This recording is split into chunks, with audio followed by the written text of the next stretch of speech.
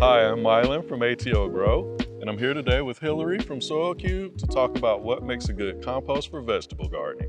Hi, Marlon. Hi, Thanks for Hillary. having me out. Thanks for coming. So we wanted to talk about what makes a good dirt for vegetable gardening. I tend to call it compost and not dirt. I don't just scrape up any old dirt from anywhere or buy any old topsoil from anywhere. I tend to find local, reputable sources with materials I like. So I kind of shop around a little bit. I might actually go visit the site. I would definitely do some internet research, look at that company's website, and then just talk to the producers. Where do they get their sources? How do they make it? How hot do they make their compost? It's important to get it up to 165 degrees so you start cooking out some of the weed seeds and any other contaminants that might possibly in there. How long it might take to make it. You don't want them just being a fly-by-night, making something super quick, just turning it a few times. You want to make sure it's good and composted down into its smallest particle size. That way you avoid that mulch-like material. I've heard so many people complain, I bought some compost, but really I think it was mulch. You don't want mulch. That's not dirt. That's something you spread on top. Mulch is good. Don't get me wrong. So you mentioned mulch, and the blend we have today is really fine. It's really crumbly. It's super soft. What's the difference between this and kind of like that barky mulch? Well, this is Soil Cube's very own mix, especially for vegetable gardens. Feel like it's like chocolate cake mix, how crumbly it is. And this is because we start with our own Soil Cube compost. We compost that for about 4 months. We get it nice and hot. We turn it a lot. We add lots of water. And then we take that compost, that Soil Cube compost as the starter, and then we blend it with a couple of other things. So it is a blend. It's a blend of hydrofiber, which is a shredded pine material, and it's also a blend of the bark fines. So they're small bark pieces about the size of my thumbnail fingernail, and that bark brings the pH down a little bit. Compost can be towards neutral, and you want a little bit of acidity to get it down more near 6.5, under 7. And then we also add 2.5 pounds of powdered activated charcoal to every cubic yard. And we do that also to help with any contaminants. There's been a lot of stowaways, globally a problem. So I've been super happy with your compost, especially Thank this you. new blend. It's really light, it's really fluffy, not the big chunks of pine bark and the other materials. So tell me what makes your blend so special. I'll tell you about our blend. And it's something you should look for in any growing medium for raised beds, for vegetable gardens. You want to look for great drainage. You want to look for some bark in there that's just going to help that water move through. You don't want standing water. Sometimes compost, as it's decomposing, you lose that airspace. So it's getting denser and denser. If you've already got compost in your beds, you might consider adding some shredded pine bark or some bark fines. Not big pieces of bark, but just the smallest, finest you can get. It's often called soil conditioner at a big box store. So it's really well composted, but you still see those tiny little bark pieces, about the size of my thumbnail, so they're not big. So we talked about drainage. You want to look for a pH that is at least 6.5 to 7. Really great range for growing vegetables in. Pure compost is often near 7. We've had great success with it, but it is a little bit better if you lower that pH. And I'll tell you a little bit about our blend then, because it adds a little special twist in a couple of places. We use 2 different types of bark in it. We use the soil conditioner, the little bark fines like I talked about. So this is fresh out the bag and it's just super fluffy, but I've noticed, in growing in the past, it maintains that fluffiness. And does that just speak to the quality of the product, or is that something to look for in all compost? Yes, that's a really good question. Sometimes it can be really dense. It might be a lot older and already composted down and lost some airspace. Really, you can just fluff it up with, I use something like a pitchfork or potato fork or a turning fork. There's all sorts of great garden forks out there that you can use, or even just a shovel kind of get it down in there, 6, 8 inches, 10, as deep as you can, and just fluff it up. Or even just one of those little forks often works. Little That's a good garden tip. fork some people use for weeding. That's a good tip. So there's a lot of back and forth in the gardening community about growing in ground, growing directly in compost. Tell me why it's okay to grow directly in this type of compost. Oh, well, that's a good question and a good consideration. Everybody's going to be different and have different growing conditions and be, placed with a lot of land or just a small place. But growing in compost, if the pH is all right, at least 7 or lower, you're going to grow great vegetables. And the pH range affects how nutrients are taken up. So send your compost in to be tested. Mm. We recommend Waters Ag Lab in the Southeast is a great place, but find another local lab that will test it. It's not very expensive to run that test. So Hillary, I can't grow in ground because of my soil conditions. And we've started off with fresh raised beds filled with soil cube. But talk to me about, growers who can grow in ground and where do they start? Everyone, no matter what you're growing, you start with a soil test. That gives you the feedback you need to know what to do next. Most soils are going to be all right. Many need a little bit of adjustment here and there. A lot of our soils, especially in the Southeast, are completely depleted of organic matter. So you're going to need to add organic matter, and that soil test will confirm that. Also help you if you need to add some lime or some aluminum sulfate, something to adjust the pH. I would start with a soil test. It's the first move, unless you have a really reputable source of compost. Got it. So I'm relatively new to gardening, and I haven't done the in-ground garden yet. So, but what are some of the things that you've seen when you talk about, the pH imbalances and the stuff that somebody might be struggling with growing and they think is their fault, but it's not? What have you seen there? Sure. Here in the Southeast, a lot of new construction. I pulled a soil report for someone the plants were just frying. We got that soil report back and the pH was 5. So that explained why those plants were dying. And the instance there was the soil that was on the bottom, deep under the ground, which is more acidic, was on the top. And the nicer soil that was on the top was now on the bottom. This was all this earth movement they did to build the house. So we were able to correct that with lots and lots and loads of compost. And that pretty much did it, the compost. Over time, a year later, we pulled the report. I think we might have added some lime at that point. It's possible in southeastern clay soils to get really low pH. Especially in like these subdivisions Exactly. and new build areas. New home construction. Got it. Yep. So we've talked about soil testing and we've done some amending and maybe even some growing. How often do we need to do soil test at home? I recommend once a year. Same time every year if you can. Do that first initial soil test, amend your soil, and then you want to see if those amendments are working or not. Next year, come back, run another soil test, and you should be able to see improvement over the years.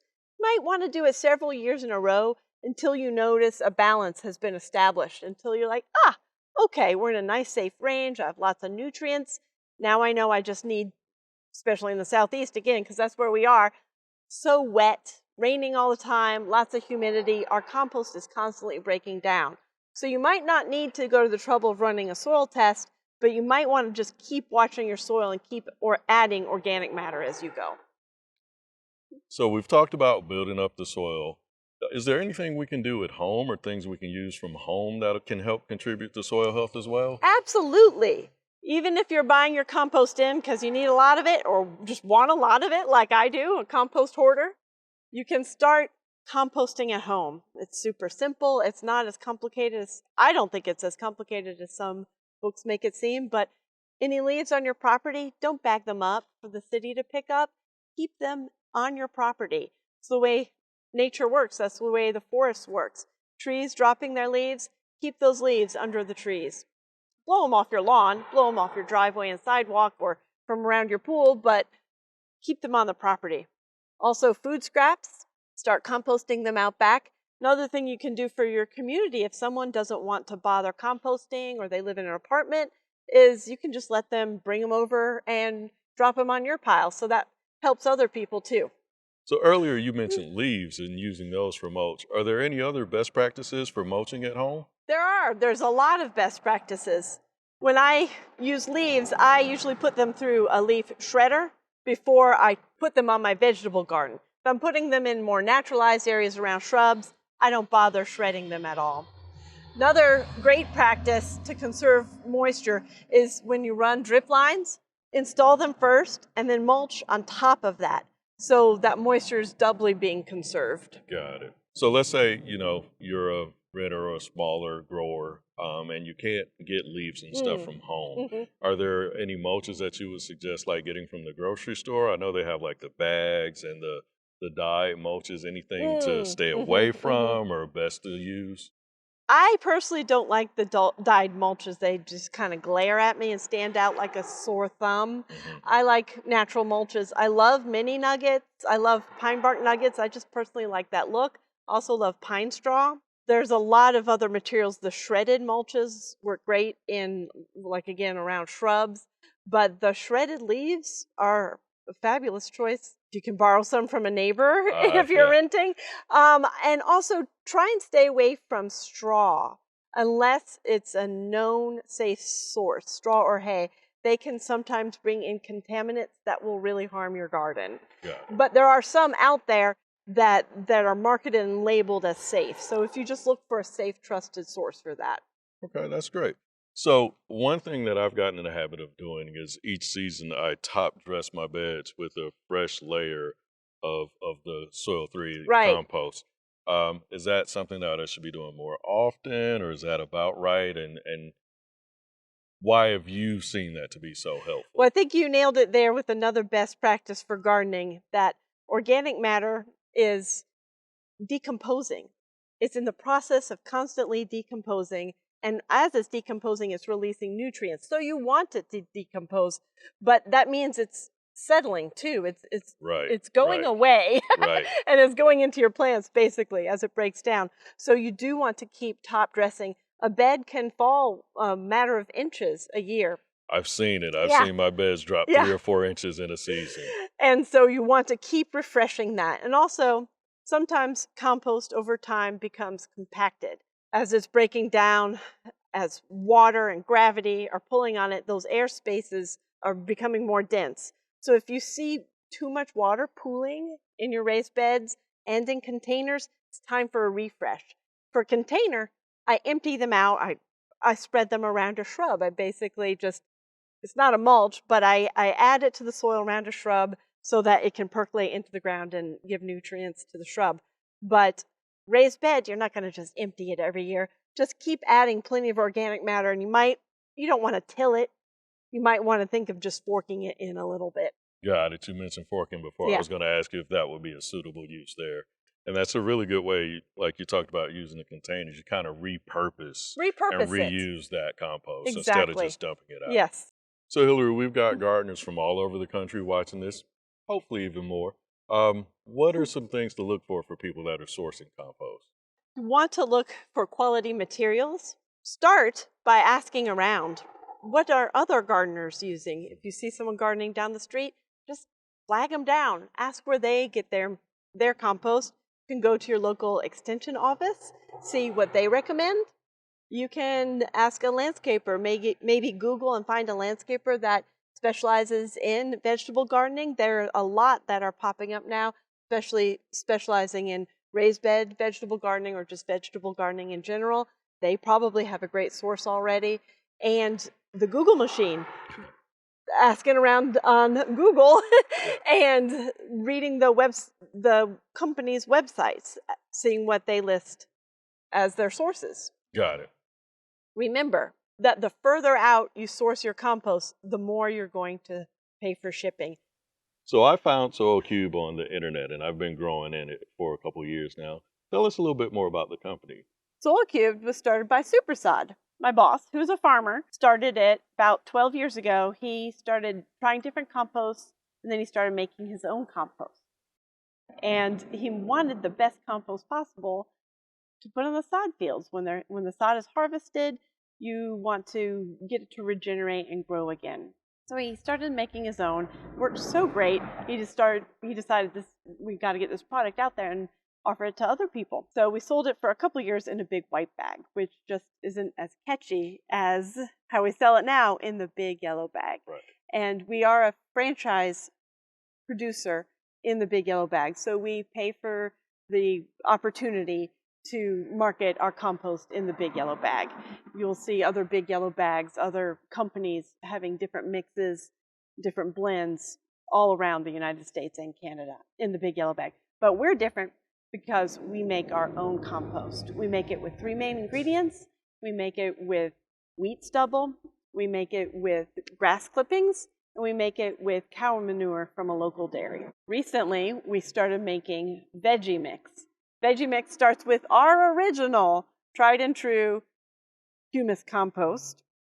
And then to that humus compost, we add a couple of different ingredients, 2 different types of bark products. We add bark fines, which you'll also see sold as soil conditioner in a big box store. And that's really just bark composted down to smaller sizes. I like to say it's about the size of my thumb fingernail, so it's real small.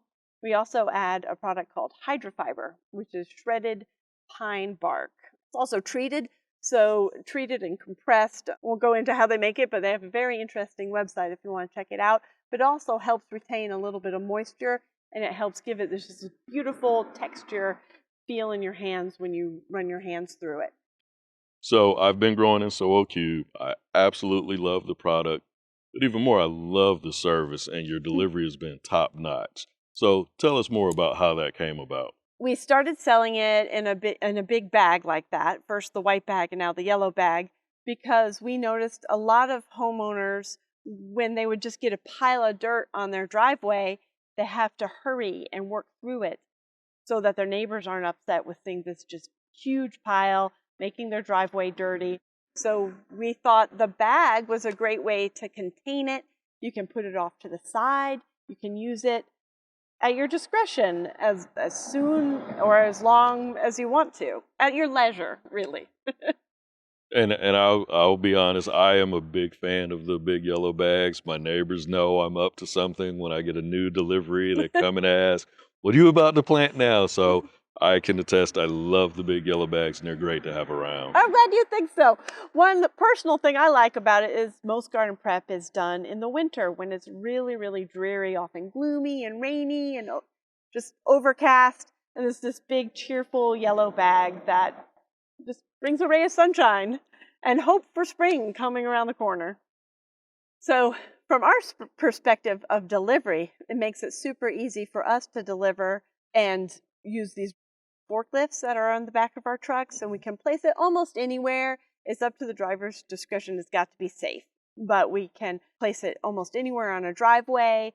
And if you've got your garden near the side of a road, or you have a flat area or a double gate, the little loader needs at least 9 to 10 feet to get through that gate, but we can get it, as long as it's safe, we can get that big yellow bag closer to your garden for you. So you don't just have to use wheelbarrows all the day long. You know you can return your empty big yellow bag to us, right? Right. I've returned quite a few. I love my driver. I've had the same driver a couple times now. He gets in and out. He always asks, "Hey, you got any bags to send back?" So I always make Cool. sure to keep them stored and ready for him to pick up when he's here. So for every so many bags returned, we'll give one to a local community garden. So keep them coming. Awesome. That's awesome. So Hillary, for anybody who's interested in ordering Soil Cube, where do you service? Well, right here in Georgia, where it's made, and then we deliver from the Supersod stores in South Carolina, North Carolina, Tennessee, Alabama. We are looking to expand, and that's for the big yellow bags, which is the cubic yard, the one that needs a forklift to deliver it. But we also have these little adorable mini cubes. We ship them to the lower 48, anywhere someone would want them. You can just order them on our website, soilcube.com. That's soil, the number 3.com. So if you're interested in learning more about Soil Cube Compost, check out their website or follow them on social at Soil3Compost. So Hillary, I've been extremely pleased with the Soil Cube original. I'm looking really forward to the new veggie mix and seeing what that does. So I'm just really grateful for the relationship that we've had, for the service and everything that you've extended to me. And I just want to say thank you for being here. Thank you for working with me. And I just really appreciate you all. Thank you, Milan. We've enjoyed working with you two and enjoying all the content and the stories and the tips and advice you're giving to people, new gardeners, helping them along. It's a joy to watch. Thank you.